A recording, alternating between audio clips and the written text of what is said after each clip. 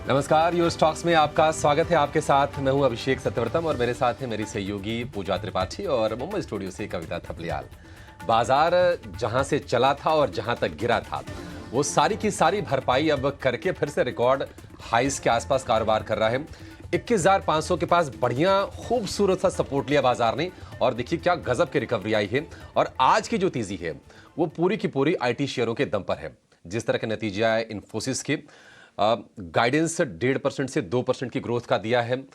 TCS के नतीजे भी अच्छा है, टीसीएस 4% ऊपर, इन्फोसिस 7% ऊपर इस वक्त निफ्टी को लीड कर रहे हैं। और इन दोनों शेयरों की आड़ में या कहें कि इनसे मिले जोश में पूरा का पूरा आईटी शेयर झूम रहा है। मिड कैप शेयरों में भी अगर आप देखेंगे तो तमाम शेयर ऐसे हैं जहां पर आपको बड़ी तेजी दिखाई देगी। कोफोर्ज, एम्फेसिस, ओरेकल फाइनेंशियल, ये तमाम शेयर आज बड़ी बढ़त के साथ कारोबार करते हुए नजर आ रहे हैं।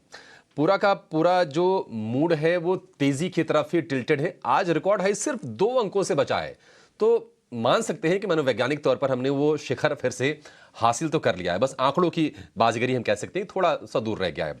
लेकिन आज आईटी शेयर पूरी तरह से फ्लेवर में है और उसके चलते ही आप जोश देख रहे हैं। कंजम्पशन वाले अगर हम शेयरों की बात करें, कंजम्पशन के साथ अगर आप फार्मा को जोड़ दीजिए तो वहां पर थोड़ा थोड़ा प्रेशर जरूर है। एशियन पेंट्स हो गया, टाइटन हो गया, सिप्ला हो गया, ये शेयर आज कमजोर हैं। एचयूएल के शेयर पर भी हम दबाव देख रहे हैं। कुछ कुछ इनकी डिस्ट्रीब्यूटर्स के साथ साथ कुछ विवाद की भी खबरें आ रही हैं, उसके चलते भी शेयर पर थोड़ा थोड़ा प्रेशर हम देख रहे हैं। लेकिन सबसे ज्यादा गिरने वाला शेयर आज है महिंद्रा एंड महिंद्रा का। ऑटो शेयर दौड़े हैं, आज 1.5% की प्रॉफिट टेकिंग देख रहे हैं महिंद्रा एंड महिंद्रा के शेयर में।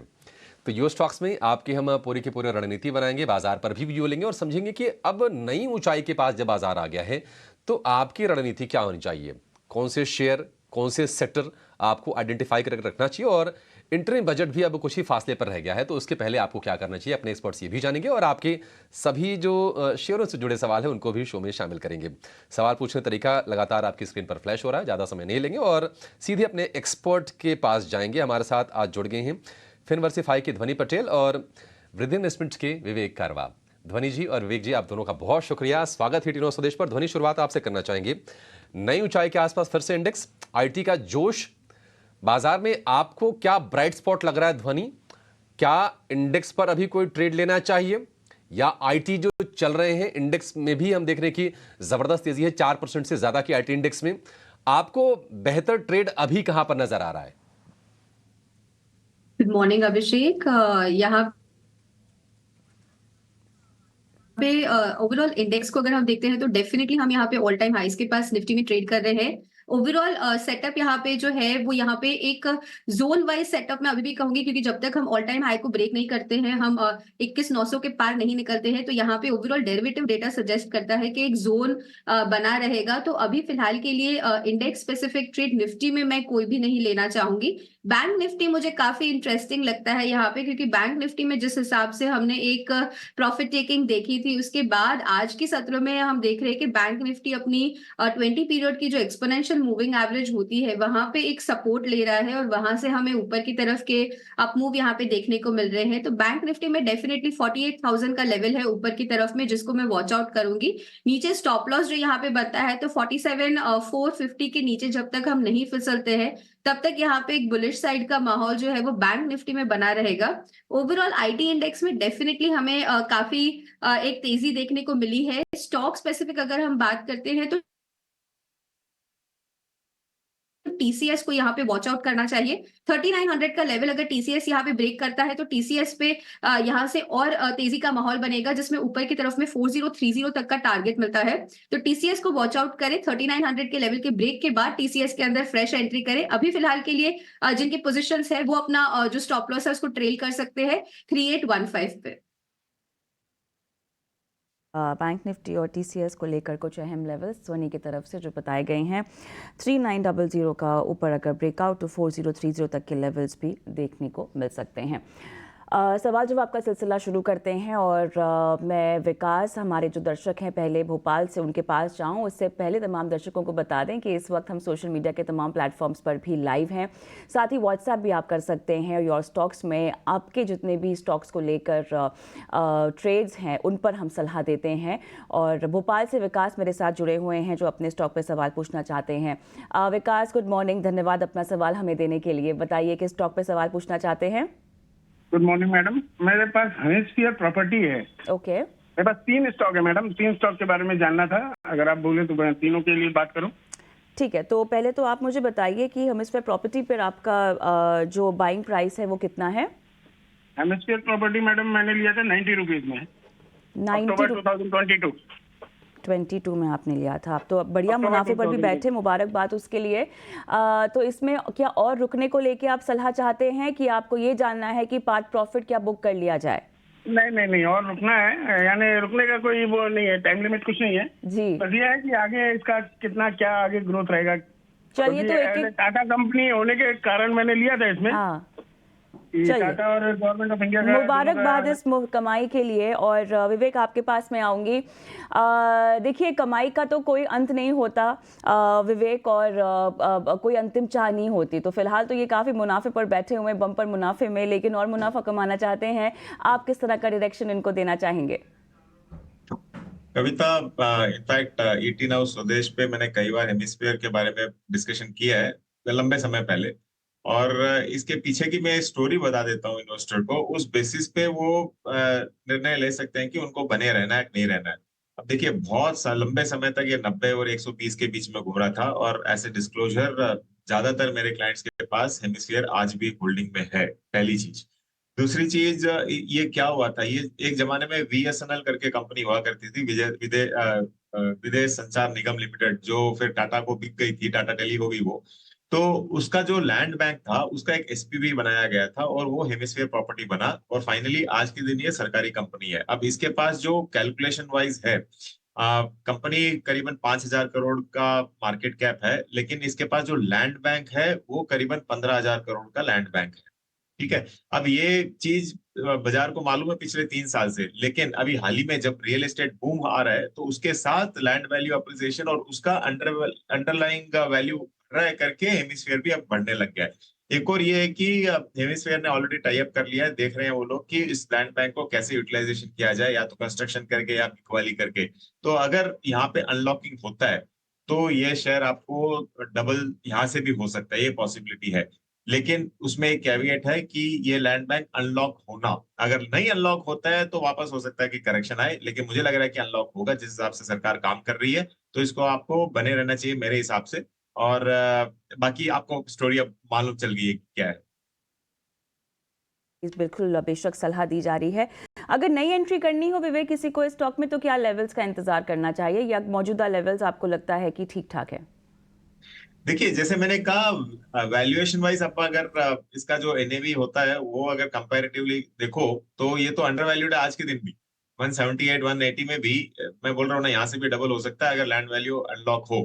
तो ये डिपेंड करता है अब सरकार के ऊपर कि ये अनलॉक होगा कि नहीं होगा। अगर हो जाता है तो आपको ये इमीडिएटली 400 रुपये भी दिख जाएगा। तो आप बस मतलब ये उम्मीद के साथ कि ये होगा, आप इस लेवल पे भी एंट्री कर सकते हो। मेरे ख्याल से और भी 2 सवाल हैं विकास के। विकास, एनएमडीसी में आपकी बाइंग प्राइस क्या है?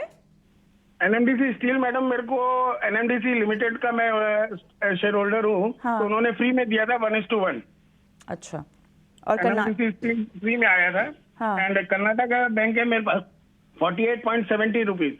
48.70 रुपये। 70। चलिए ठीक है। कर्नाटका बैंक बताइएगा विवेक। देखिए, कर्नाटका बैंक आज बढ़ रहा है कि एक ब्रांच खोला है अयोध्या में। वो बहुत छोटा मोटा कारण है। कल कल आपको न्यूज आएगी कि ज्यादातर सारे बैंक्स के ब्रांचेस उधर खुल रहे हैं, क्योंकि ये एक बहुत बड़ा पिलग्रिमेज हब होने वाला है आगे चल के। जैसे तिरुपति है, वैसे ही आप समझ लीजिए कि अयोध्या अब हर हिंदू का आस्था है उसमें। और पक्का मैं भी जाऊंगा, मेरे हिसाब से ज्यादातर लोग जाएंगे। तो वहां पे एक डेवलपमेंट तो है। तो लेकिन कर्नाटका बैंक ओवरऑल देखिए, मुझे लगता है कि इन दामों में थोड़ा सा स्मॉल कैप बैंक होने के कारण कॉस्टली लग रहा है। आपको धीरे धीरे प्रॉफिट बुक करना चाहिए यहाँ पे। और आप अगर कंपेयर करो तो जो बड़े बैंक है, दिग्गज बैंक है आज के दिन, वो इस बैंक से सस्ते लग रहे हैं। तो आपको वैसे देखना चाहिए। ठीक है। कर्नाटका बैंक में पार्शियल प्रॉफिट टेकिंग की सलाह। इन्होंने एक ब्रांच खोली है अपनी अयोध्या में, 915वीं ब्रांच। कल उसका उद्घाटन किया और कह सकते हैं कि भगवान की कृपा तो इस बैंक पर भी आ रही है। 2 दिन में 12% ये शेयर चला है कर्नाटका बैंक का, और वैसे भी ठीक ठाक परफॉर्मर रहा है। पिछले साल भर के आप जर्नी देखेंगे तो एक साल में करीब 75-80% के आसपास के रिटर्न कर्नाटका बैंक ने दिए हैं। बैंक सॉलिड है, इसमें कोई दो राय नहीं है। लेकिन चलिए आगे बढ़ते हैं। मुरादाबाद से लोकेश हमारे साथ हैं। लोकेश जी नमस्कार, पूछिए क्या जानना है आपको। सर मेरे पास ओएनजीसी का एक लॉट है जिसमें मैं ऑलरेडी प्रॉफिट में हूँ। कल 212 का कॉल मैंने बाय किया था, तो इसमें अच्छा, मेरा 212 कितना वाली टारगेट हो कॉल सकता आपने है? खरीदी है। ठीक है, ठीक है, एग्जैक्टली हमारे पास जो इन्फॉर्मेशन है थोड़ा सा आपका अलग मामला है। आप कैश में बाइंग नहीं है, आपकी 212 वाली कॉल में आपने ली है। एक बार इसको चेक करते हैं कि उसके भाव क्या चल रहे हैं। आपने किस प्राइस पर लिया था लोकेश? मैंने सर 4.5 पे लिया था, 2.5 पे लिया था सॉरी, और अभी 2.5 सर पर। ये 5 पॉइंट अराउंड समथिंग चल रहा है। और मैंने एक एनटीपीसी का कॉल और बाय किया क्या है बात सर, है। 312 का। कितना फायदा हो रहा है लोकेश आपको? सर अभी मैं अराउंड 8,000 रुपए के प्रॉफिट में बैठ रहा हूँ ओएनजीसी में। 8,000 की प्रॉफिट आपको ओएनजीसी में हो रही है, और एनटीपीसी में? जी सर, एनटीपीसी में सर अभी मैंने एंट्री की एनटीपीसी है, में कितना 312 प्रॉफिट है? की कॉल पे। एनटीपीसी में अभी प्रॉफिट नहीं है। 312 की कॉल में एंट्री ली है। चलिए दोनों के दोनों चेक करते हैं। प्रॉफिट है ठीक ठाक, और जिस भाव पर इन्होंने कॉल ली है लोकेश ने, ध्वनि, इसका भाव तो डबल हो गया है। और प्रॉफिट बता ही रहे हैं कि 8,000 रुपये प्रति लॉट का प्रॉफिट उनको हो रहा है, मतलब उनकी उस पोजीशन में ओएनजीसी में। आपको लगता है आज भी हम देख रहे हैं कि ठीक ठाक तेजी बनी है और बढ़िया मजबूती, हम कहेंगे 2.5% ऊपर ये शेयर कारोबार कर रहा है। एक्सटेंड होते आप देख रही हैं ध्वनि इस तेजी को इंट्राडे के दौरान, या फिर जो प्रॉफिट हो रहा है उसको समेट लें? नहीं बिल्कुल अभिषेक, इनका प्रॉफिट काफी अच्छा हो रहा है। इन्होंने जो इसका मोमेंट भी पकड़ा है, काफी अच्छी तरीके से पकड़ा है। अब मेरी इनसे सलाह रहेगी कि स्पॉट लेवल्स के हिसाब से मैं आपको लेवल्स बता दूंगी। अभी फिलहाल आपको जो प्रॉफिट हो रहा है इसको आप ट्रेल कर सकते हो। जो स्टॉक है वो इंट्राडे में यहाँ पे 218 से 219 तक का एक अपमूव दिखाएगा, तो वहां पे मेरी इनको प्रॉफिट बुकिंग की सलाह रहेगी ओएनजीसी के लिए। और एनटीपीसी की जहां तक बात है, तो इन्होंने जो फ्रेश एंट्री करी है, मुझे यहाँ पे थोड़ा सा इसके अंदर एक डाउट लग रहा है, क्योंकि स्टॉक लोअर टाइम फ्रेम पे यहाँ पे नीचे की तरफ के मूव्स दिखा रहा है। तो एनटीपीसी में जब तक यहाँ पे ऊपर की तरफ 314 315 का लेवल पार नहीं होता है, तब तक इसके अंदर तेजी नहीं आएगी। इसके अंदर तेजी आएगी 315 के बाद। तो अभी फिलहाल मेरी एनटीपीसी से इनसे एग्जिट की सलाह रहेगी, ओएनजीसी के कॉल ऑप्शन में बने रहे। लोकेश, तो बेहतर ये होगा कि एनटीपीसी में आपने जो एंट्री की है उससे एग्जिट कर लीजिए, क्योंकि ये शेयर थोड़ा थोड़ा करके नीचे आ रहा है लगातार। तीसरा सत्र आज गिरावट का है, और वैसे भी ये शेयर बहुत चला है, तो उस लिहाज से भी ऐसे शेयर जो बहुत हीटअप हो चुके हैं वहां पर पोजीशन लेना थोड़ी सी एक रिस्की बेट हो जाता है। ओएनजीसी में से आप प्रॉफिट ले लीजिए और एनटीपीसी से आप एग्जिट मार लीजिए, ये सलाह। दर्शकों के सवालों के जवाब हम दे रहे हैं इस शो में। हमारे दर्शक हमारे साथ फोन लाइन पर जुड़ रहे हैं और अपने सवाल भेज रहे हैं व्हाट्सएप के ज़रिए और तमाम सोशल मीडिया प्लेटफॉर्म्स पे, जो फिलहाल आपके स्क्रीन पे भी फ्लैश हो रहे हैं। झटपट अपने सवाल कमेंट बॉक्स में अभी आप डाल सकते हैं, अगर ये शो इस वक्त लाइव भी देख रहे हैं तो। अहमदाबाद से नीलेश मोदी मेरे साथ फोन लाइन पर है। नीलेश जी गुड मॉर्निंग, धन्यवाद अपना सवाल हमें भेजने के लिए। पूछिए इंडस्ट्री 67.50 पे 3 महीने का। सर मेरे पास जो सवाल है वो टोरेंट पावर का है। क्या इस पर आप टोरेंट पावर भी है? 2 सवाल है मेरे। सिगाची इंडस्ट्री 67+50 में लिए 100 से, और टोरेंट पावर में 100 से 94 में लिए। तो वो 1200 तक जाएगा कि नहीं 2-3 महीने में? और सिगाची 100 तक जाएगा कि नहीं 2-3 महीने में? ठीक है, चलिए धन्यवाद। ध्वनि, टोरेंट पावर 1200 तक जाएगा 2-3 महीने में? जी बिल्कुल कविता, ओवरऑल टोरेंट पावर का अगर हम चार्ट स्ट्रक्चर यहाँ पे देख रहे हैं, तो वीकली पे तो बुलिश साइड का स्ट्रक्चर ही बना हुआ है। मेरी इनसे यही सलाह रहेगी, ट्रेलिंग स्टॉप लॉस की स्ट्रैटेजी से इसको होल्ड कीजिए। अभी फिलहाल आपको अपना स्टॉप लॉस जो है वो ट्रेल करके 967 तक लेके आना चाहिए। उसके नीचे अगर स्टॉक जाएगा तो स्ट्रक्चर रिवर्सल यहाँ पे बनता है, बट जब तक यहाँ पे उसके नीचे स्टॉक नहीं जा रहा है तो प्रॉफिट आपका बना रहेगा। तो ट्रेलिंग स्टॉप लॉस की स्ट्रैटेजी से इस स्टॉक को फिलहाल के लिए आप होल्ड कीजिए। ट्रेडिंग स्टॉप लॉस के साथ आपको इसको होल्ड करने की सलाह दी जा रही है। सिगाजी में मैं इनका बाइंग प्राइस नहीं सुन पाई हूँ, लेकिन 100 तक क्या जाने की उम्मीद है, वो ये टारगेट लगाकर बैठे हैं अपने निवेश के लिए। सिगाची की अगर हम ओवरऑल चार्ट स्ट्रक्चर देख रहे हैं तो डेफिनेटली पिछले कुछ दिनों में इसने एक अच्छी खासी अपमूव दी है, जहां पे स्टॉक ने 54 के लेवल्स को ब्रेक करके अभी फिलहाल 67 के पास ट्रेड कर रहा है। बट ओवरऑल इसका जो स्ट्रक्चर है वो ज्यादा यहाँ पे सजेस्ट नहीं करता है होल्डिंग पीरियड। अभी फिलहाल मेरी इनको सलाह रहेगी कि इसको आप ट्रेलिंग स्टॉप लॉस की स्ट्रैटेजी से ही होल्ड कीजिए। 64 का यहाँ पे स्टॉप लॉस लगाइए। अगर 64 के नीचे स्टॉक यहाँ पे फिसलता है तो यहाँ पे एक बेरिश साइड का मूव आपको डेफिनेटली देखने को मिलेगा। बट जब तक 64 इंटैक्ट है तो आप इसको होल्ड कर सकते हैं। 64 रुपए का स्तर जब तक बचा हुआ है, सिगाची इंडस्ट्रीज के शेयर में आप बने रह सकते हैं। बाजार में अच्छी तेजी है, 21,829 के आसपास इस वक्त निफ्टी कारोबार कर रहा है। अगर हम ऑल टाइम हाई की बात करें तो वो है 21,834.35, सिर्फ 3 से 4 अंक दूर है अपने रिकॉर्ड हाई से निफ्टी। आगे बढ़ेंगे और ये जान लेते हैं कि बाजार में आज की तेजी के बीच आपके लिए ऑप्शंस में कमाई के मौके कहां पर बन रहे हैं। लेकर आएंगे ऑप्शंस के चैंपियन।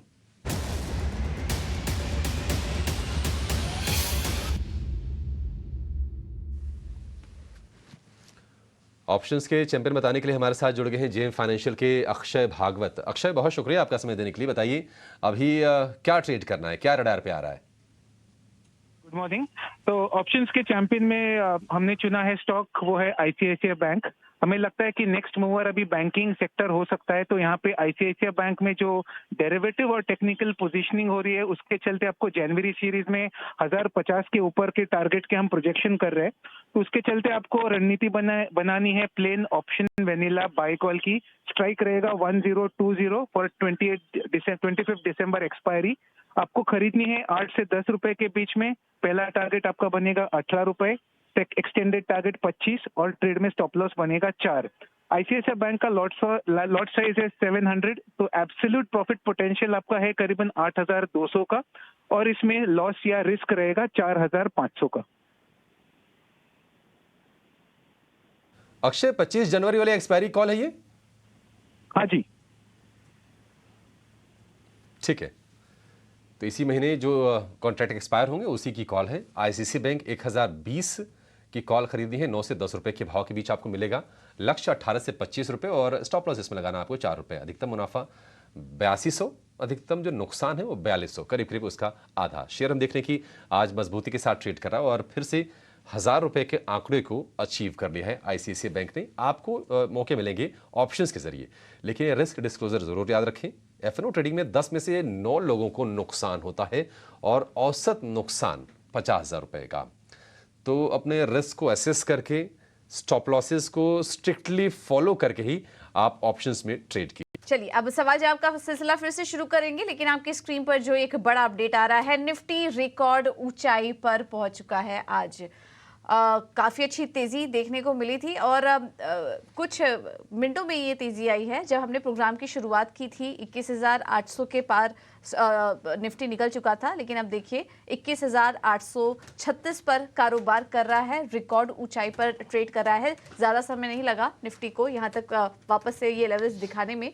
और आज क्लियरली जो सपोर्ट मिल रहा है वो आईटी स्टॉक से। थोड़ा बहुत सेक्टर चर्निंग थी, लेकिन आज हम देख रहे हैं बैंक निफ्टी, आईटी, ये सभी जो दिग्गज सेक्टर्स हैं वो आज चल रहे हैं और आईटी के नतीजों से काफ़ी अच्छा सपोर्ट मिला बाजार को। और अब 21,836 पर हम कारोबार कर रहे हैं। 22,000 के लेवल से मात्र करीब लगभग 200 अंक अब दूर हम रह गए हैं।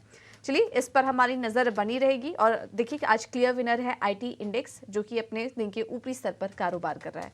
बाजार पर हमारी नज़र बनी रहेगी, लेकिन इस बीच आपके सवाल भी आ रहे हैं, उन्हें भी हम शामिल करेंगे। हैदराबाद से नूर अहमद जी हमारे साथ जुड़े हैं इस वक्त। नमस्कार, किस स्टॉक पर सवाल है आपका सर? पूछिए। के जो है 532 शेयर्स है, 8240 में बाइंग है मैडम, इसको क्या करना चाहिए बोलिए। और एक रिलायंस का है मेरे पास, कल ही लिया मैं, ये आपने 50 शेयर्स है। अच्छा जी, 50 शेयर्स है, 2719 पे लिया मैं कल। रिलायंस का, इसको क्या करना जरा बोलिए मैडम, क्योंकि रिलायंस कल शाम तक बहुत चला, उसके बाद फिर जो है लेने थोड़ा के बाद तेजी में फिर में- आज नीचे हो गया।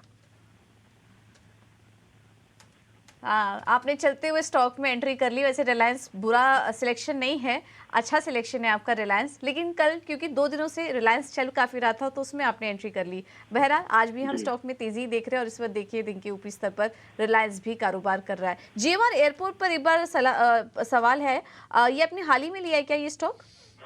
जी आप हाल ही में लिया, 8240 पे लिया। ठीक है, तो दोनों ही 532 shares रिसेंट हैं। बाइंग है इनकी। और रिलायंस जी, और रिलायंस तो इन्होंने कल ही ले लिया है। लॉन्ग टर्म नजरिया है आपका? नहीं नहीं, 15 डेज 20 डेज का मैडम। ओके ठीक है, तो शॉर्ट टर्म नजरिया ही है। तो हम एक्सपर्ट से पूछ लेते हैं। विवेक भी हमारे साथ बने हुए। विवेक, जीएमआर एयरपोर्ट पर सलाह दीजिए और रिलायंस पर भी राय दीजिए, क्या करें इन दोनों स्टॉक्स में? पूजा, देखिए, जो शेयर समझ लो कि 10 साल बाद चला है, वो भी बुल मार्केट में, वो अब मैं 15 दिन का क्या सलाह दूं? तो मेरे पास तो कुछ जवाब देने के लिए कुछ शब्द नहीं है। और अगर लॉन्ग टर्म भी पूछो तो देखिए, ऐसी कंपनी है जहाँ पे अभी भी हाई डेट है, करीबन 65-70% प्रमोटर जो होल्डिंग है वो प्लेस्ड है। और मतलब सबको मालूम है, ठीक है, एयरपोर्ट्स डेवलपमेंट्स वगैरह सब कुछ हो रहा है, लेकिन बाकी कंपनीज भी इस मैदान में उतर चुकी है। तो मैं तो कॉशियस ही रहूंगा जीएमआर एयरपोर्ट्स पे इन दामों में। तो ऑन रैलीज आपको बुक करना चाहिए। दूसरा जो आपका सवाल था, रिलायंस, वो अच्छा बाई है। इनफैक्ट वो आपको 3000 भी दिखा देगा, आपको डेफिनेटली होल्ड करना चाहिए। और स्ट्रॉन्गर बेट है वो। तो रिलायंस तो बाई रहेगा इनफैक्ट, और जीएमआर सेल रहेगा। ठीक है, रिलायंस को लेकर और जीएमआर को लेकर ये व्यू। इस बीच निफ्टी ने बना दिया है नया रिकॉर्ड। 21,835 का जो पिछला स्तर था उसको निफ्टी ने पार कर लिया है और अब जो नया हाई है 21,848.2 का हो गया है। जहां तक मुझे याद है 28 दिसंबर को निफ्टी ने नया हाई बनाया था और आज फिर से नया शिखर हासिल कर लिया है। बीच में हमने एक डिप देखा था बाजार के मूड में, मोमेंटम में। 21,500 के आसपास तक निफ्टी गिरा था, लेकिन वहां से धीरे धीरे करके लगातार तेज हुई और ये करीब करीब 5-6 सत्रों में ही फिर से 21,800 के लेवल को ना सिर्फ निफ्टी ने अचीव किया है बल्कि नए शिखर पर भी जा पहुंचा है। 21,837 का आज का स्तर आपको दिखेगा। और आज इस नए हाईज के पीछे जो बड़ा योगदान है वो है आईटी का। पूरी तरह से हम कहेंगे कि आईटी ने आज मूड सुधारने का काम किया है। और सिर्फ आईटी की बदौलत नहीं, अगर बैंकिंग शेयर पार्टिसिपेट नहीं करते क्योंकि वेटेज वहां से बड़ा है तो शायद ये संभव नहीं हो पाता। इसलिए आप देखिए आज थोड़ी थोड़ी ही सही एचडीएफसी बैंक से भी कोई निराशा नहीं आई। आईसीआईसीआई बैंक का शेयर चल रहा है। आप एसबीआई को देखिए, एसबीआई करीब 1.5% के आसपास की शानदार तेजी के साथ कारोबार कर रहा है और निफ्टी बैंक है 47,700 के आसपास। तो निफ्टी बैंक को थोड़ी सी दूरी अभी तय करनी है अपने नए हाइस पर जाने के लिए, लेकिन निफ्टी बैंक ने बना लिया है और उसमें आज योगदान हम कहेंगे निश्चित तौर पर आईटी स्टॉक्स का। रिलायंस का भी मूड आज ठीक ठाक ही है, लेकिन आज Infosys 7%, tech Mahindra, Wipro, TCS, LTM entry, top 5 gainers जो निफ्टी के हैं वो सारे के सारे आईटी काउंटर्स हैं। और गिरने वाले शेयरों की अगर आप संख्या कहेंगे तो वो धीरे धीरे करके हम देख रहे हैं कि अब घट रही है। 183 अंक ऊपर इस वक्त निफ्टी है और निफ्टी बैंक में करीब करीब 300 अंकों के आसपास का उछाल। विवेक, वैसे तो कह सकते हैं कि ये मनोवैज्ञानिक स्तर होते हैं, एक बार आप उस स्तर की तरफ बढ़ जाएं तो फिर भी आपको लगता है कि इंटरिम बजट से पहले कोई स्ट्रेटजी में बदलाव करने की जरूरत है, विद इन सेक्टर्स कुछ चरने की जरूरत है, आपको ऐसा लग रहा है? देखिए अभिषेक, ये कई बार अपनी बात हो चुकी है कि थोड़ा थोड़ा यहाँ वहाँ करेक्शन आते रहना चाहिए ताकि वो बाजार की तंदुरुस्ती के लिए बहुत अच्छी चीज हो। जो पिछले 5-6 दिनों से हो रहा था बाजार में, छोटा छोटा एकदम हल्का फुल्का प्रॉफिट बुकिंग और एक कंसोलिडेशन फेज, तो वो एक बेस बनाया कि वापस एक नए हाई पे जाए।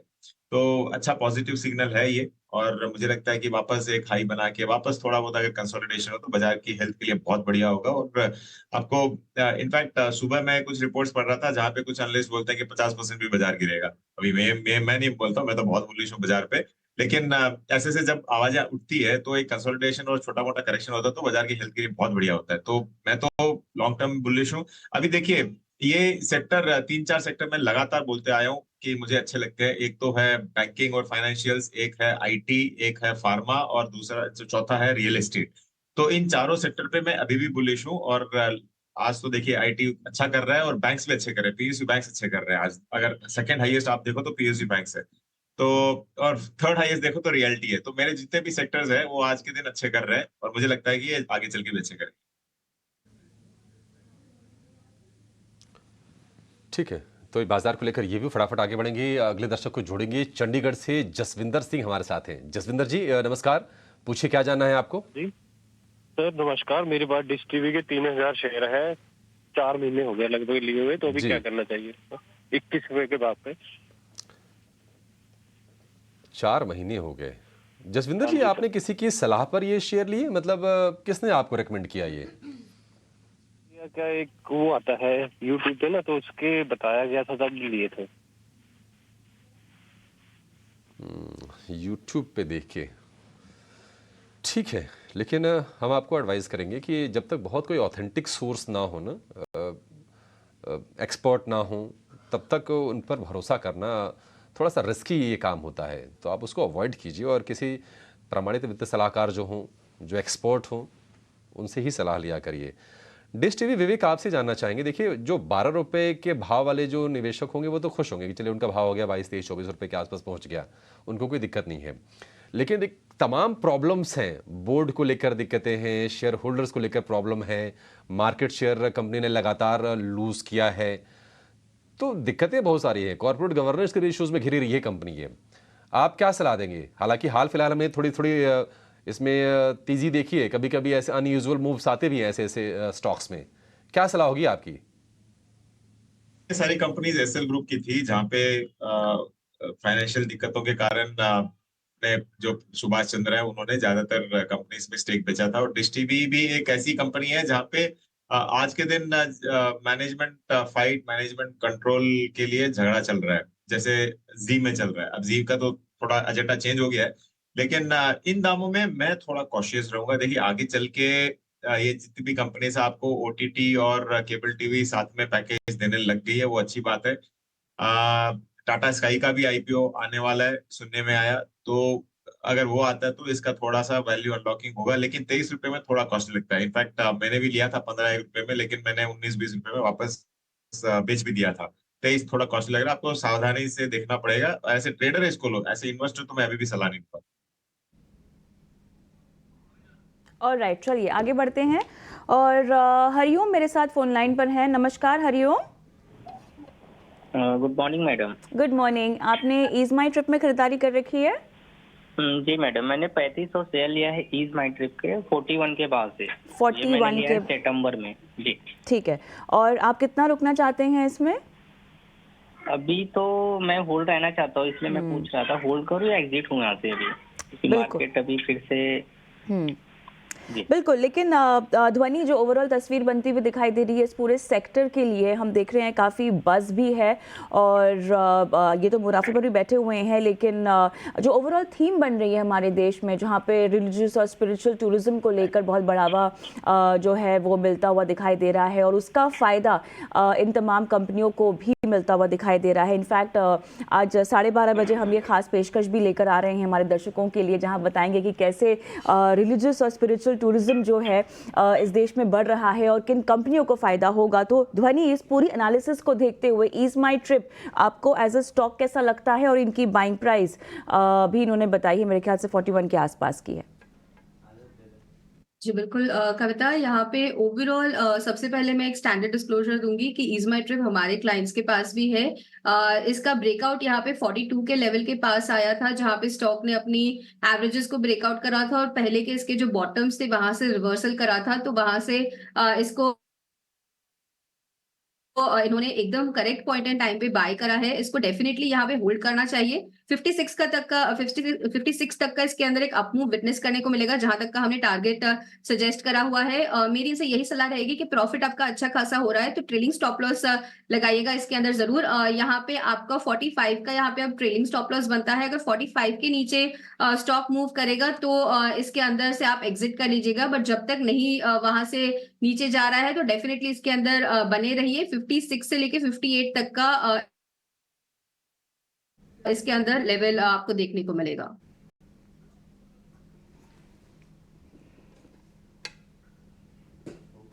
इज माई ट्रिप पर अगले दर्शक हमारे साथ इंदौर से जुड़े हैं प्रदीप। प्रदीप जी नमस्कार। किस स्टॉक पर सवाल है आपका, पूछिए।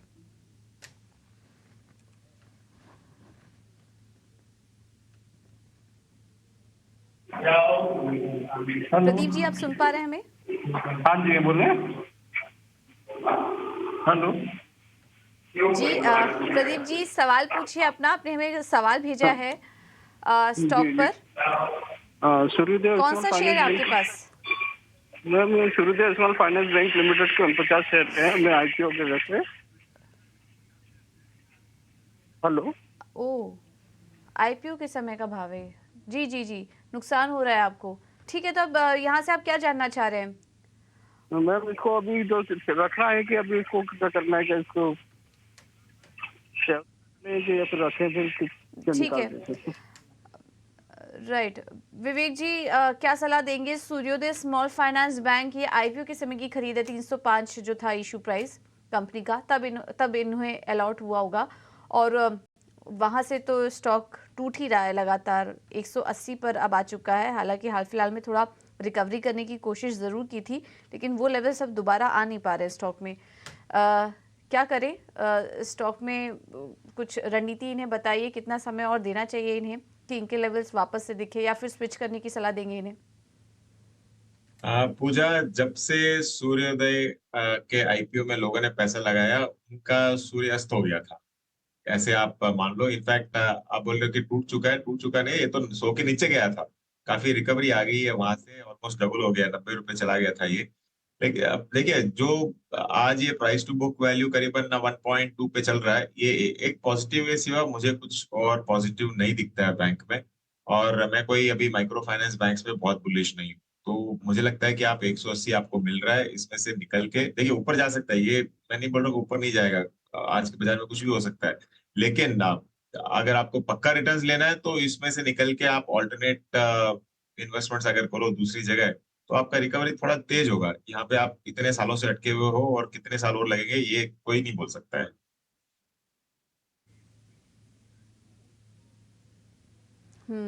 बिल्कुल। तो ये है सलाह सूर्योदय स्मॉल फाइनेंस बैंक पर। आपको नुकसान हो रहा है, लेकिन विवेक जी ने जो सलाह दी उसे अपनाने की कोशिश कीजिए। और भी काफ़ी सारे स्टॉक्स हमने इस दौरान शो में चर्चा की है, आप उन पर भी नज़र डाल सकते हैं, लेकिन वो लेवल्स आने में थोड़ा समय लग सकता है। तो फिलहाल एग्जिट करने की सलाह आपके लिए। दिन की ऊंचाई के आसपास ट्रेड कर रहा है। निफ्टी है 21,830 के आसपास, रिकॉर्ड ऊंचाई के बेहद करीब, नया ऊंचाई बनाने के बाद। एडवांस डिक्लाइन रेशियो तेजी के खिलाड़ियों के पक्ष में, आईटी कर रहे हैं लीड। अगले दर्शक को जोड़ेंगे, नागपुर से चेतन हमारे साथ हैं। चेतन नमस्कार, पूछिए क्या जानना है आपको? सर मेरा सवाल सुजुलॉन पे है। सुजुलॉन के सुजुलॉन आपने कौन से भाव पे लिया है चेतन? 36 रुपए। 36 रुपए पर 1000 शेयर। ठीक है, वैसे ब्रेव कॉल है ये। 36 रुपए पर जाने के बाद सुजुलॉन लेना है, कहेंगे कि ये अडानी गैस भी आपके पास है। भाव उसका 1000 रुपए। 32 शेयर है उसके। 1000 रुपए अडानी टोटल गैस 1000 रुपए। ठीक है, इनके दोनों शेयर इनके खरीद के भाव के ऊपर चल रहे हैं। सुजलॉन में हमने बहुत अच्छी तेज़ी देखी है और ये शेयर तमाम ऐसे शेयर रहे हैं। वैसे आप MTNL देख लीजिए, HCC देख लीजिए, सुजलॉन देखिए, रिलायंस पावर देखिए, ये सब छोटे टेक साइज वाला शेयर हैं और इनके कहीं ना कहीं बिजनेस को लेकर सवाल खड़े किए जा रहे थे, लेकिन हम हल्के टर्न अराउंड की हम कोशिश देख रहे हैं इन शेयरों में। सुजलॉन ये तो 10 रुपये से नीचे का भाव था, लेकिन क्या कमाल की रफ्तार दिखाई है। ₹44.75 आज ये 52 हफ्ते के ऊपरी स्तर पर ट्रेड कर रहा है। और सुज़लॉन के लिए कुछ कुछ अच्छी चीज़ें हुई हैं। एक तो सरकार का सपोर्ट मिला, दूसरा अभी कुछ दिनों पहले खबर आई थी कि FTSE के ऑल वर्ल्ड इंडेक्स में ये शेयर शामिल होगा और उसके बाद फिर से रफ्तार बनी। विवेक जी, सुज़लॉन कितना कन्विक्शन है आपका? एक तो सेंटिमेंट अलग चीज़ हो गई, आप बिजनेस के एंगल से बताइए कितना पोटेंशियल है? देखिए अभिषेक, ज्यादातर चीजें आपने बोल दिया और मेनली ये है कि आगे चल के ये लोग एक्सपेक्ट कर रहे हैं कि 10 गीगावाट का ये लोग प्रोडक्शन करेंगे पावर, पहली चीज। दूसरी चीज, ये लोग ऑलरेडी एक्सपेक्ट कर रहे हैं कि अगले कुछ ही सालों के अंदर इनके पास 4 या 5 गीगावाट का डिमांड और बढ़ेगा, तो वो बहुत पॉजिटिव है। तीसरी चीज ये है कि सरकार का पूरा फोकस है रिन्यूएबल एनर्जी, ग्रीन एनर्जी पे। और इनफैक्ट कल या परसों ही नितिन गडकरी जी का भी एक स्टेटमेंट था कि जैसे क्विट इंडिया मूवमेंट हुआ था, वैसे ही हम लोग क्विट डीजल और पेट्रोल का मूवमेंट चला के रखे हैं, तो उसका फायदा इन कंपनीज को मिलने वाला है। तो होल्ड कीजिए लॉन्ग टर्म के लिए, मुझे लगता है कि यहाँ से बहुत अच्छा कर सकता है शेयर करने की सलाह दी जा रही है। नजरिया थोड़ा सा लंबा आपको रखना होगा। गुजरात से गौतम मेरे साथ फोन लाइन पर हैं। नमस्कार गौतम, क्या हालचाल? सब ठीक है, नमस्कार। नमस्कार, धन्यवाद। सवाल भेजा आपने। 2 स्टॉक्स पे सवाल पूछना चाहते हैं, बताइए। ICICI बैंक में कितने की खरीद है आपकी? 915। 915। दूसरा स्टॉक कौन सा है सर? दूसरा 55 रुपए पे मैंने खरीदा है। 1 मिनट देखना पड़ेगा, और मैंने आपको वो भेजा ही है। 55 BCL। हाँ। दोनों में कितना रुकना चाहते हैं सर? कम से कम 1-2 साल। 1-2 साल का नजरिया है। चलिए, दोनों में ही आप प्रॉफिट पर बैठे हुए हैं। ध्वनि, लॉन्ग टर्म व्यू है इनका। ICICI बैंक की जो बाइंग प्राइस है वो 915 की है और BCL 55। जी बिल्कुल, यहाँ पे सबसे पहले ICICI बैंक की बात करेंगे तो हमने एक्चुअली शो के स्टार्ट में भी बात करा था कि बैंकिंग पे मेरा ओवरऑल नजरिया बुलिश है। यहाँ पे जो आज हमें तेजी देखने को मिल रही है उसमें बैंकिंग सेक्टर से जो यहाँ पे एक अपमूव देखने को मिल रही है, तो इसे हमें कंटिन्यू करना चाहिए। ओवरऑल ICICI बैंक का भी चार्ट स्ट्रक्चर यहाँ पे बुलिश साइड का बना हुआ है। यहाँ पे इनका जो लॉन्ग टर्म का नजरिया है तो डेफिनेटली ये जो कुछ प्राइवेट सेक्टर बैंक है इनको डेफिनेटली होल्ड करना चाहिए। ओवरऑल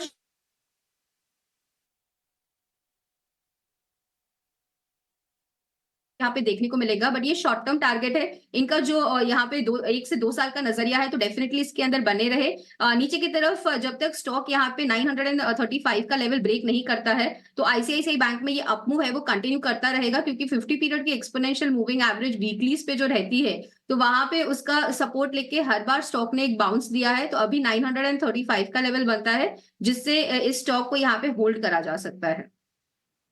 चलिए, BCL पे राय दे दी ना आपने ध्वनि? और दूसरा स्टॉक कविता कौन सा था, वापस बताइए। BCL 55 की बाइंग है। डेफिनेटली इसके अंदर इनका जो मुनाफा हो रहा है वो काफी अच्छा मुनाफा यहाँ पे देखने को मिल रहा है। 55 से इनकी जो बाइंग है स्टॉक अभी फिलहाल 73 के लेवल के पास ट्रेड कर रहा है, और इन्होंने परफेक्टली जो ब्रेकआउट यहाँ पे स्टॉक का है वीकलीज का उसके पास इसकी खरीदारी करी है, तो बहुत ही अच्छी बाइंग है। इसको डेफिनेटली होल्ड करके रखे। जैसे स्टॉक यहाँ पे वापस 78 का लेवल क्रॉस करेगा तो एक अनदर 20 पॉइंट्स का अपमूव इनको डेफिनेटली विटनेस करने मिलेगा। तो मेरी तरफ से BCL में भी होल्ड की सलाह रहेगी। स्टॉप लॉस जो आपका यहाँ पे है उसको आप ट्रेल करके 65 का कर सकते हैं। ऑलराइट, चलिए इसी के साथ शो को भी समाप्त करने का समय हो गया है। ध्वनि आपका, विवेक आपका बहुत बहुत धन्यवाद। आप दोनों ने समय निकाला और दर्शकों का मार्गदर्शन किया। योर स्टॉक की पेशकश को आज हम यहीं समाप्त करते हैं, लेकिन तमाम हमारे दर्शक जो भी इस शो से जुड़ना चाहते हैं और अपनी स्टॉक स्पेसिफिक सवाल हमसे पूछना चाहते हैं तो आपको व्हाट्सएप करने हैं अपने सवाल, और अगर आप चाहें सोशल मीडिया के तमाम प्लेटफॉर्म्स पर भी अपने सवाल हम तक पहुँचा सकते हैं। शोज़ अगर लाइव देख रहे हैं तो कमेंट बॉक्स में भी अपने सवाल जो हैं हमें आप दे सकते हैं। तो योर स्टॉक्स में फ़िलहाल इतना